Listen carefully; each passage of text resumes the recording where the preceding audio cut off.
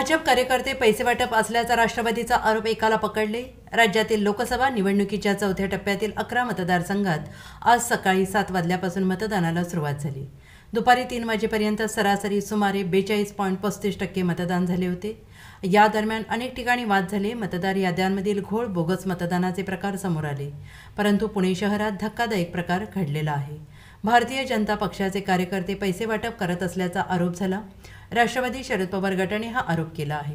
या प्रकरणात एकाला पकडण्यात आलेला आहे। पुणे, मावळ आणि शिरूर लोकसभा मतदारसंघात आज मतदान सुरू आहे। राज्यात एकूण 11 ठिकाणी मतदान सुरू आहे।